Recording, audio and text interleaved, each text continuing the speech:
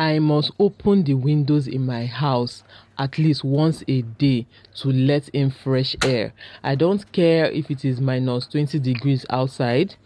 I must open my windows. I keep seeing other houses with their windows shut almost 247. Like, I rarely see people open their windows here in the UK, and I want to ask why do people not open their windows? Because for me, I feel like I need to let in fresh air.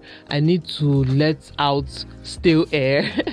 So I must open my windows, even if it's for 15 minutes, 10 minutes in the thick of winter. I must open my windows. When the weather gets hotter, I open the windows for longer, during the day. And then in summer, I leave all the windows cranked open all day, all night. Then during the day, like when it's very, very hot, I can open it very well to let in fresh air. But at night, the windows must be cranked open. But since I came to this UK, I have been checking other houses. Anytime I go out, or even when I'm at home, I just go to the window and check other houses, and they don't open their windows. Let me know, is there something I am missing? Am I supposed to leave my windows closed? Does it affect something? Yes, maybe in winter it might affect your heating bill, because the house gets really cold, and then the heater will have to work harder to heat up the house. I don't know, maybe that's why. But I don't know, I don't care what it does to the heater. I must open my windows and breathe in fresh air, because I just feel weird not doing this. Anyway, I am arranging my kids' room, getting ready for the weekend, because I want to make their hair. So I'm just going around arranging the whole house so that I can focus on their hair this weekend.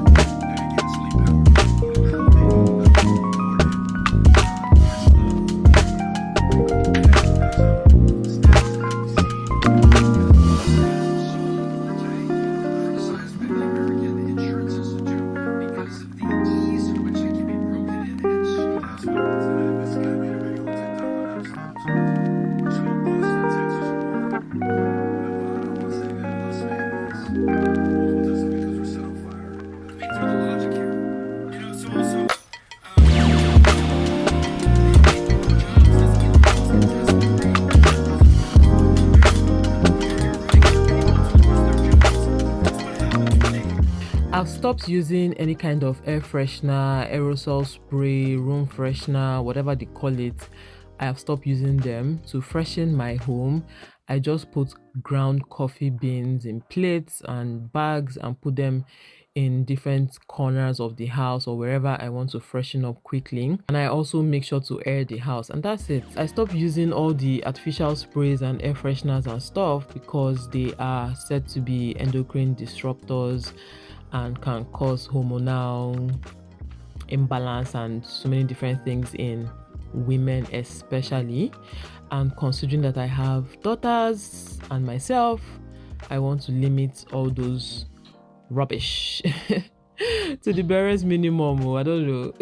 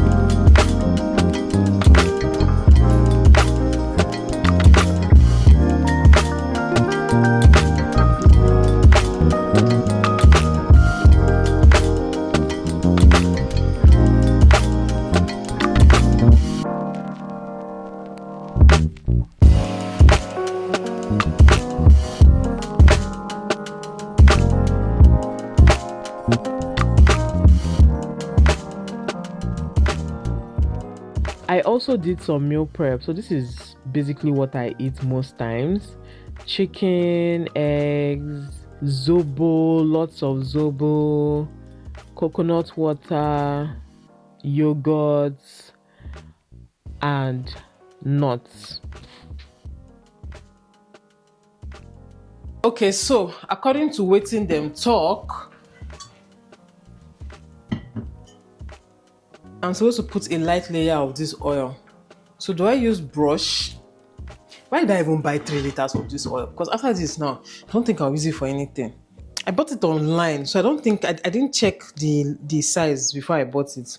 I need to try not to put too much oil because I kept seeing warning against that. Okay, so take the oil, then apply a light layer, very light layer. Someone said that the best thing is just apply the oil generously, then clean it off with a rag. That's the best way because you want it to seep into all the... I saw people using paper towel, but I just felt like paper towel would be disintegrating. Maybe not. Yes? I'm coming. This work, online, they said it's pre-seasoned though, but I still have to do this because I watched it. Only for... I was watching one video about, seasoning work. The guy now said that you're not supposed to wash your wok with soap. I was like, oh Diego, that he uses lime and salt or something. I be lime and salt, lime juice and salt. Oh, okay, sir. Anybody got time for that?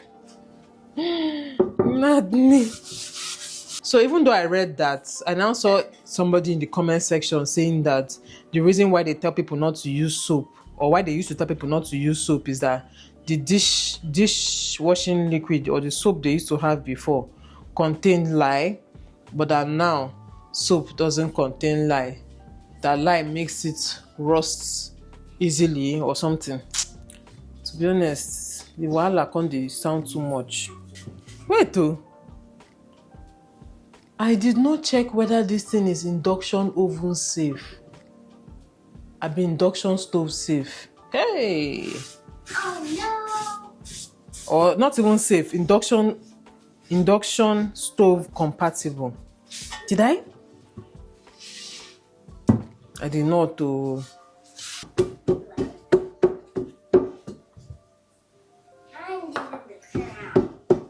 I'm going to do this thing 3 times. Anybody got time for that? Anybody got time for that? Anybody got time? Anybody got time? Anybody got time for that? Yeah? It's restart. What restart? Okay. I think I've dabbed off the excess. So let's go to the oven. Yay! I better not burn my hand though. I take God beg you. I take God beg you. Okay, Google. Set alarm for 1 hour. Alright, your alarm's set for 10:58 a.m. Okay, so now we wait. Let me remove these things first. So, I've gotten questions about my pots. I'm going to link all my pots in the description box, okay? So I changed all my pots to stainless steel and cast iron. So this is 1 cast iron. I need 1 more cast iron. I want to buy a Dutch oven. So once I'm done with those 2, that's the only 2 I'm going to have. Cast iron wok, cast iron Dutch oven. It's like a pot. And then all my other pots are stainless steel. All my frying pans are also stainless steel. The major reason why I changed all my pots and pans is because I have daughters, okay? That's the simple and short of it.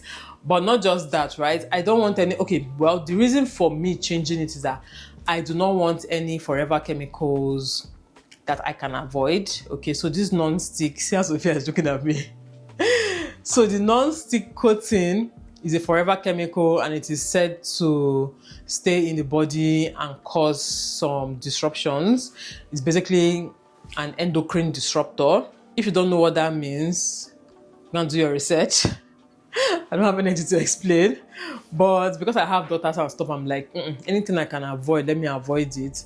Another thing I need to change is I need to go and buy metal spoons, because normally I use these silicone spoons. These ones, I use these silicone spoons, but they are not that safe. So I'm going to buy a set of metal spoons, because again, now all my pots are all stainless steel, so it doesn't matter if the spoons are stainless steel, they're not scratching anything. So that's why I'm going to change to stainless steel. So that's still on my to-do list or to buy list. And what else again? That was basically the reason why I decided to invest in brand new pots and pans. And again, if I think back, I remember even telling this to my mom around the time that my sister got married, right? My mom wanted to buy pots for my sister. I told her then not to buy non-stick, but she was like, no, then non-stick was raining now. Even for me, she bought non-stick for me. For that, it do nothing they do, right? So she bought non-stick for me. But from my own experience, they did not last. Before you know what's happening, they're already... Then if you now have somebody in your house that doesn't even know how to handle those things, sorry for you. They will just, like let's say food burns or something, they will scrape the whole thing and then scrape the coating joint. So they didn't last. Or actually, they lasted when I was using them alone, when I was doing all the cooking and washing by myself. But the moment I got help, all of them spoiled, right? So I remember telling my mom then that these things don't last, but they're very nice, they're very easy to use. When you cook with them, they're very nice to use. So she bought it then. What happened to my sister's one? They all spoiled as well. So to me, even if it doesn't cause any issues in the body, the fact that they don't even last it doesn't make sense to me. So I decided to just spend that money, because non-stick pots can be cheap, right? You can get really cheap ones. There's some good ones. I wanted to buy Hexclad. Hexclad is they say is I don't know if he's the owner, Gordon Ramsay. I don't know if he's the owner of Hexclad or he's just the face of Hexclad. But whatever the case is, I wanted to buy it and just try it because it's non-stick. But I just told myself, if you're going to go stainless steel, just go stainless steel and rest. And that thing is even expensive. So I decided to change all my pots, pans, everything to stainless steel. And, they work. To be honest, non-stick pots can last for you. Maybe not forever, because those things, again, they must peel, right? But they can last for you if you use them well. So for me, even with my metal pots now, the fact that they are stainless steel doesn't mean that anything that burns inside, I'll start scraping it dry. No. If food, and trust me, those things burn food very well, okay? But when food burns inside them, I always soak the pan, then remove the excess that I can remove with just my hand or with my silicone spoon, right? Whatever I can scrape off with my silicone spoon or my hand or my fingernails, I scrape it off. Then I put some baking soda on it and just boil it on fire for a little while with soap. And after a while, I think it's smelling, or is it burning? No. Then after it's smelling. I can smell it. You can smell it, right? Then after a while, I just wash it, and it's nice and clean, good as new. If you see on my pots now, I've been using them for a few months now, and they all still look as if I just brought them out from the pack. I like to put things back to factory setting. That's the way you keep your things, and your things will last. That's one tip that I'm also going to give my daughters. Like, I've always been telling them anyway, anything that you want to last, whenever you use it, try and restore it back to factory setting. Like, try and clean it as much as possible and keep it as clean as possible. Because if you allow things to, stains to stay, that's when it becomes permanent, Anyway. So I still have a long way to go. I'll show you guys the final product when I'm done, I guess. Yeah.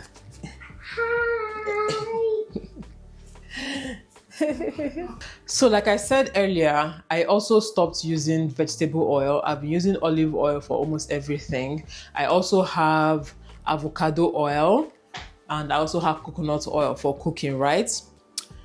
Only for me, but I mainly use olive oil for frying. Like if I want to fry potatoes, for instance, for my kids, like sweet potatoes, that's the only thing I actually fry. The rest, I just put oil on it and put inside the oven or the air fryer. But for potatoes, maybe I should try putting potatoes in the oven or air fryer. It might actually work.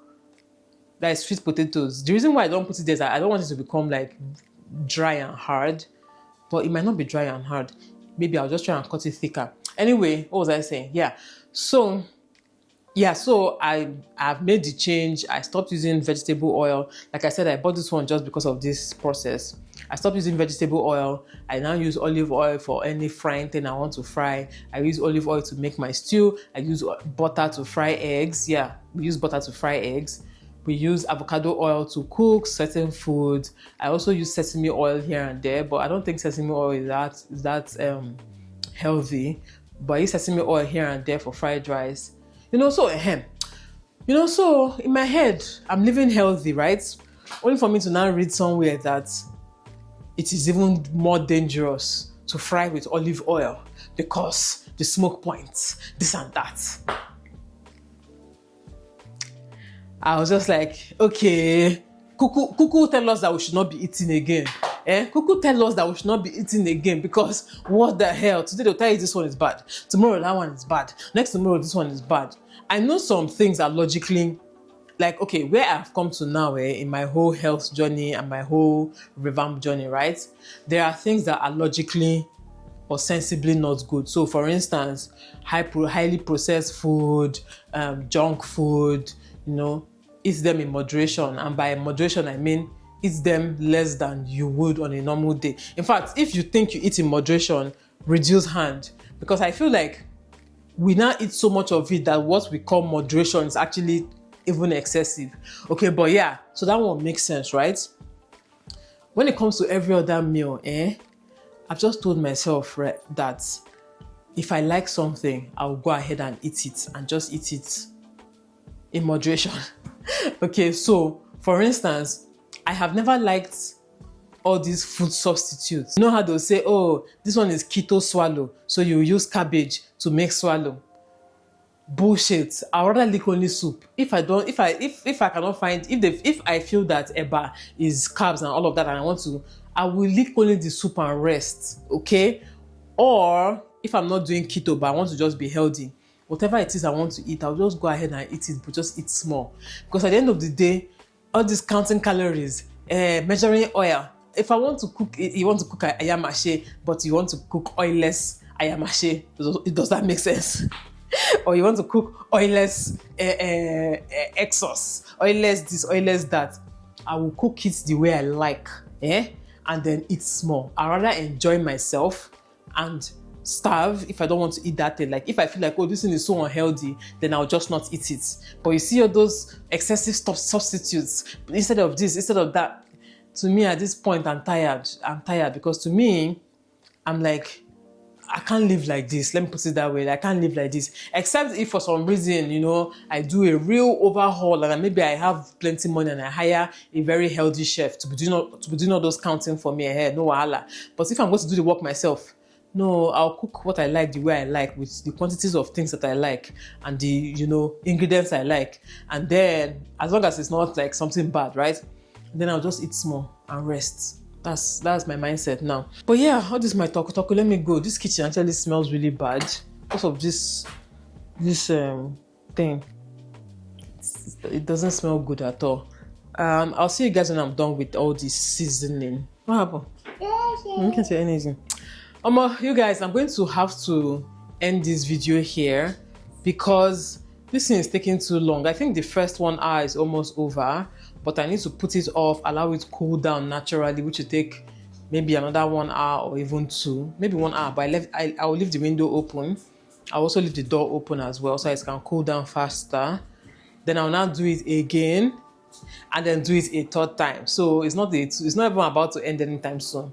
And I'm tired, so I want to go and rest upstairs, probably even sleep. But that's it. So I will give you guys an update on the pan, maybe in another video, maybe after a few weeks of using it. But from the reviews I read before I bought it, the pan is okay. I mean, it's just cast iron. You can't really go wrong with cast iron as long as it is proper cast iron. It is not any other type of, iron. Proper stainless steel. You can't really go wrong with it. Just do your research. But like I said, I'll leave the link to mine in the description box. See you guys later.